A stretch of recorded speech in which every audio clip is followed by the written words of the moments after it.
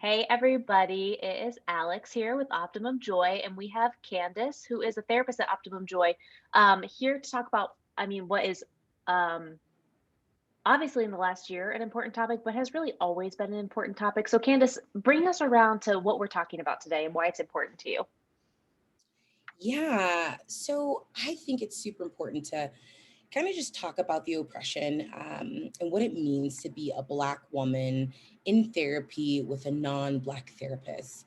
I wanted to talk about small experiences a little bit before I kind of head that through Yeah, short stories of the oppression that I dealt with, and then just incorporating those into a space in therapy.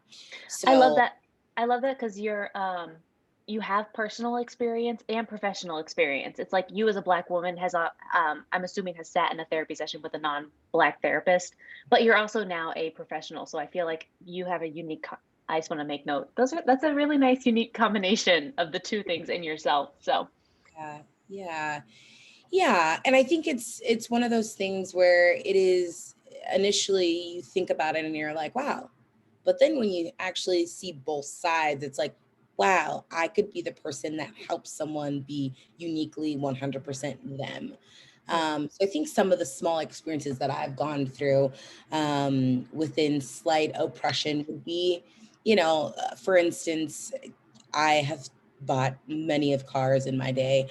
And recently with my car, I went to a car dealership and I was talking to the car salesman. And, Hmm. we're talking about our experiences and we're talking about, all of these different things of stick shift driving. And I was like, I taught myself how to stick shift drive. And he was like, oh my gosh, like that's amazing. And I'm somewhat thinking like, are you thinking that because I'm a woman? Okay, we're gonna Sure, fast probably, honestly. forward. Probably, but here we are. So I get to the dealership. I'm welcomed by the front desk person. I'm the only one that's standing there, and there's a couple, but they're pretty far away. And she's like, well, let me go get said person. And I'm like, okay, yeah, I'm waiting here. And he comes out and he's looking around, and I'm the only one that's standing there. And I'm just kind of like, just standing there waiting. And then he kind of looks, and I'm like, hi, I'm Candace. And he's like, oh, you're Candace. And I'm like, yep, I'm Candace. And he's like, oh, a second time. Oh, Candace. Okay, come on over to my desk. And it's very just lackluster as he realizes Hmm. me. And the voice, and I guess obviously who I was lined up after that second Sure. time, but it felt very much like he wasn't expecting me, right? No, yeah, it sounds like it. Yeah. Yeah. Yep. And so that is many, and that's happened within, job placements that I've had where I've, never met the recruiter or whoever is interviewing me. And then I get in and they're like, oh, Candace. And I'm like, yep. Mhm. They're like, oh, wait, you're Candace Mhm. McWinnie here for the job at 12 o'clock. And I'm like, that's me. And I'm That's me. like, okay. They're looking at my credentials or looking at the things that I've done. And then they're like, wait, how does this line up? And obviously, in the day and era that we're in, I don't want to say use oppression or anything like that, but that's what it feels like, very much so. Well, Um, I think it is a system that has allowed, I once heard someone say that really we as therapists are all about overthrowing systems of oppression, whether it's mm, in ourselves, in a family, in a religious environment, in a culture.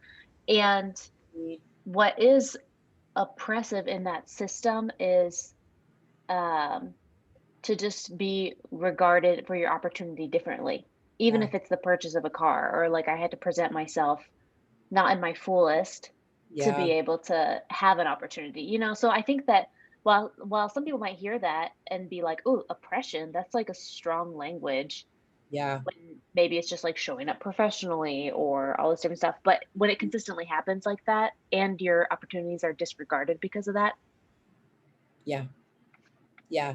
You're just kind of like, well, there's really nothing else that it leads to. So yeah. It's really unfortunate. And I think the reason why I brought this up, because I definitely think it has a correlation between um, this and, therapy. And Mhm. what I mean by that is I think that someone like me going into therapy, um, I think I want to correlate that to a space with having a white therapist and what that looks like, because I think I do a lot of code switching. And Mm. I kind of want to explain code switching, just in Please, case yeah. people are not. I was thinking that earlier. I think that's a good idea. Yeah.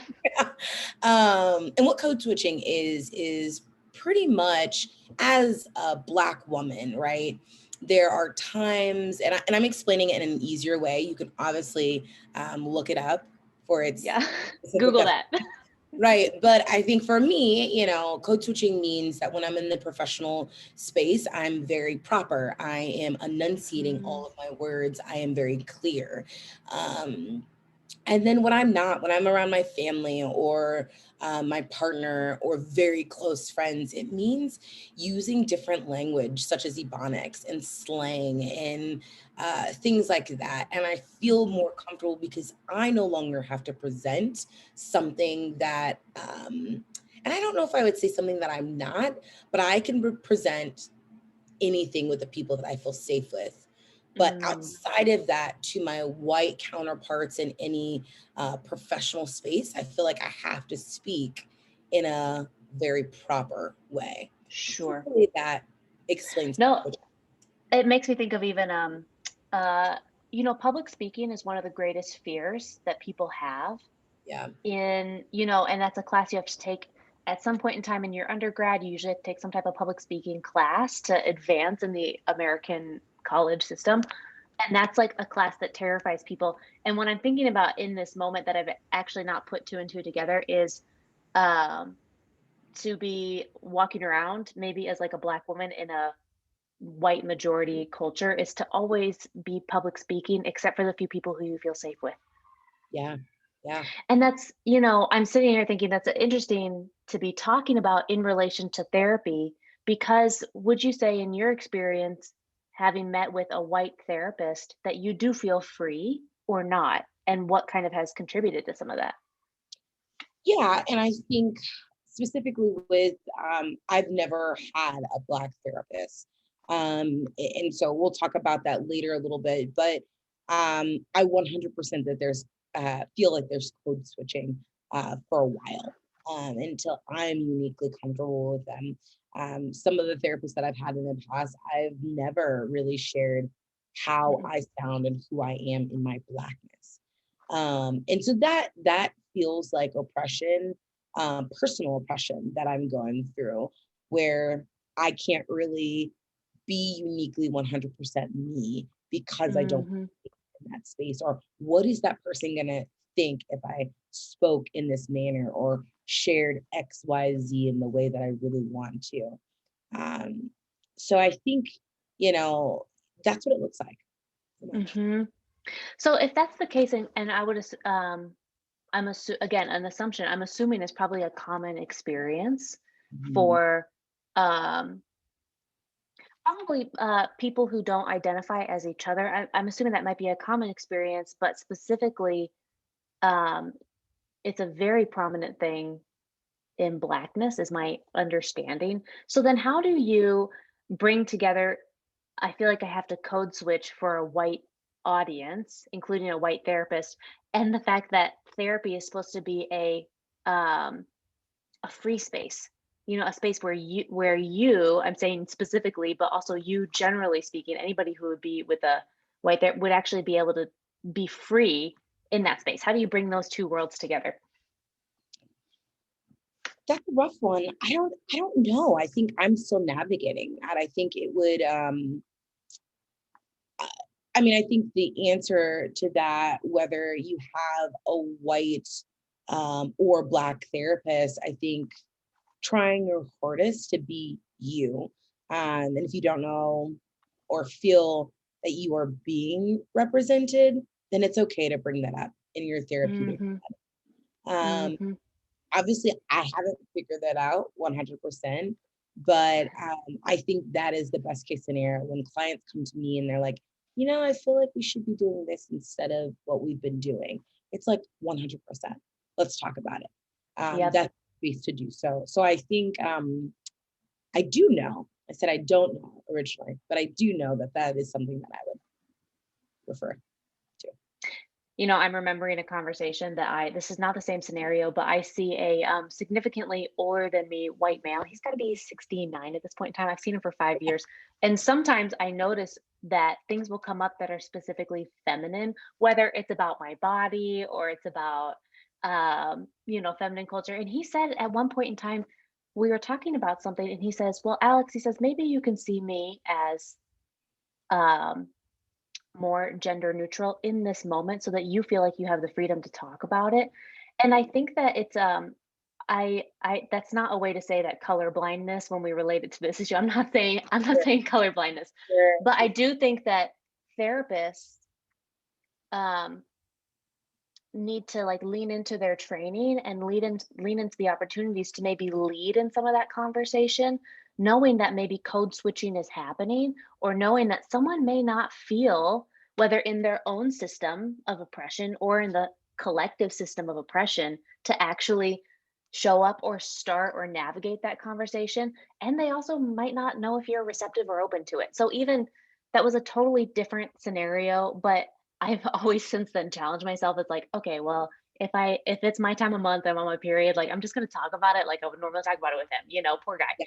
Yeah. But I think we as like myself as a white therapist, knowing that code switching could be happening, do I do diligence to make sure that in any way, shape, or form, all of my clients, including Black women, are feeling comfortable and competent in that space, you know?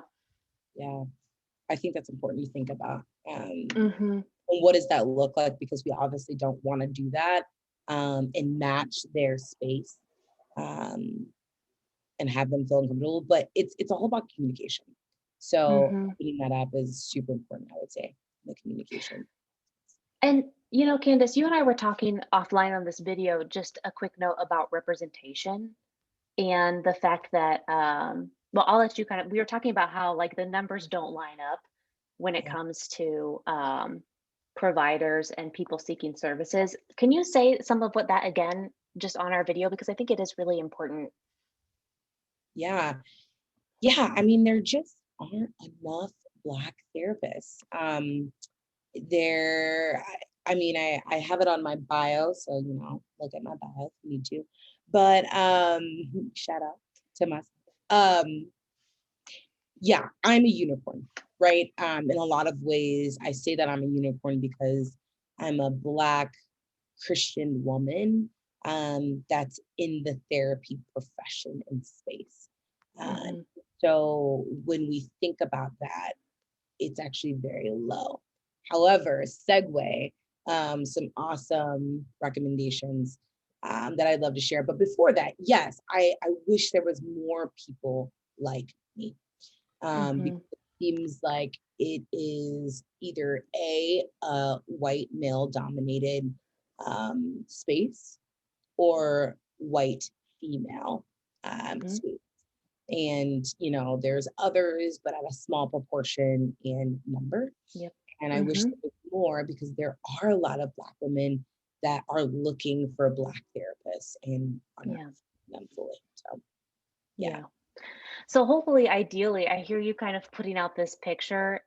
Oh man, the ideal gets me a little jazzed sometimes. I think I live in sometimes in like the idealized space, but it's like ideally we have whether it's like age or gender or race or sexuality or like socioeconomic status, that all these different things would have enough providers to actually represent them, and so that Sure. they would feel comfortable. That's like the ideal picture. Um and I think that in the in between, how do you see like if you're someone who is not necessarily with a provider that matches your representation, is the guiding principle then to just try to be you as fully as you can and hope that your therapist matches you in that? Is that kind of the guiding light for the in between until we get to our idealized picture? Yeah, and that's the thing, we may never get to our idealized picture, but I do think it's 100% important for you to communicate, that feeling, that thought of not being uniquely you in that space. Mhm. Your therapist, going back to what I said earlier, if that picture is not surrounded by you, whether that be the providers that are near you or the insurance that is taken, or you being able to afford a Black therapist and you are with an other, such as a white, Asian, Indian, whoever it may be, stick with them. I think it's Mhm. super important for us to also communicate what we need in the therapeutic environment and space. So, yes, I would say Mhm. 100%. Yeah. So what about those resources you were telling us about that you got kind of jazzed about a second ago? Still so jazzed. Still so jazzed. So therapy for Black girls, I found this out from a wonderful person at Optimum Joy, and it has been my guide. I have referred 5 of my friends to therapy for Black girls, and they have loved it. What Yeah. makes it really unique is the fact that you just type in your zip code and it finds all the Black therapists near you. It'll tell you whether they meet in person, whether they're virtual, what type of insurance, and it's an easy, quick, boom, bam, that's it. We all know that looking for a therapist can be a little rough sometimes, a lot of the times more than not. Let's be Most of real. the time. And Yeah. so, yeah. And so to Yeah. have a site that is updated first, because we're always looking for an updated site, but a site that you're really just plugging in your numbers that are nearest to you and then finding that therapy that's in your neighborhood is 100% amazing. So I got jazzed because it's something to get jazzed about because it is all Black therapists. So It's wonderful. Actually, it's one of the I think for minorities, in my opinion, it's one of the best directories out there that's minority based. So, um, and it kind of does something different than maybe like a Psychology Today, which is yeah, wonderful, but it's so big and it pushes their algorithm sometimes will push different providers forward in a different month. So you yeah, might not really be able to find your provider yeah, that you want. So, yeah. yeah. Nothing is great. Well, Candace, it's always something I love about these interviews, and especially the therapists at Optimum Joy and some of the other people that are usually like a guest on one of these videos, is the combination of your personal and your professional. Mm, And I think that you being able to kind of talk about your life and your experiences, it does really bring a unique blend. So thank you for doing it. Thank you for coming on. absolutely. I'm sure I will be talking to you very, very soon, but it was good to have you on here. Awesome. Thank you. Thanks, Candace.